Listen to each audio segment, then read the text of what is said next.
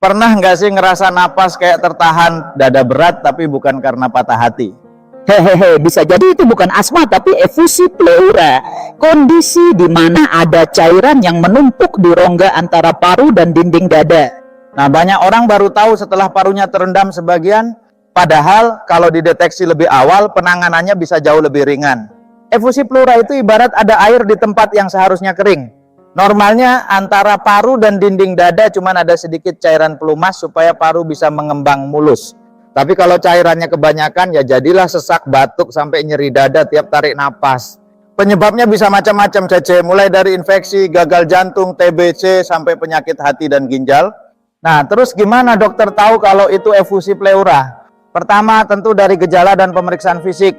Dokter biasanya bakal dengerin suara napas pakai stetoskop. Kalau suara napasnya berkurang atau malah hilang di satu sisi, itu udah jadi kode keras.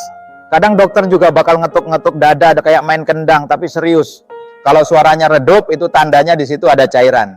Langkah berikutnya biasanya dokter minta foto röntgen dada.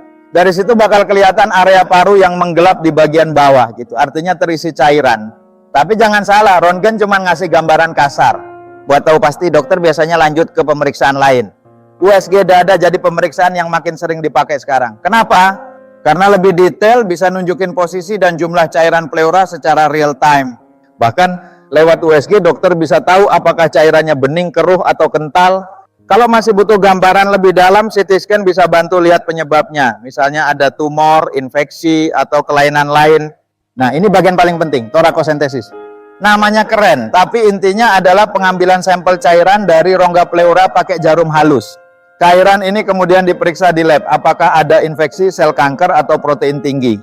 Dari hasil inilah dokter bisa tahu penyebab pastinya. Jadi diagnosis efusi pleura nggak asal tebak, semua berbasis data medis yang jelas. Kalau penyebabnya udah ketahuan, barulah pengobatan bisa tepat sasaran. Selain terapi medis utama, banyak pasien juga pakai dukungan herbal untuk bantu proses pemulihan paru dan daya tahan tubuh. Salah satunya dari sambiloto, tanaman pahit yang justru punya khasiat luar biasa. Kandungan andrografolite-nya bantu melawan infeksi, meredakan peradangan, dan mempercepat pemulihan jaringan paru. Nah, bahan inilah yang digunakan dalam Verdila Bharata, produk herbal yang sudah terstandar dan bisa jadi pendamping terapi alami bagi penderita efusi pleura akibat infeksi atau TBC. Jadi kalau kamu atau orang terdekat mulai sering sesak, batuk, nggak sembuh-sembuh, atau dada terasa berat, jangan tunggu parah. Segera periksa ke dokter.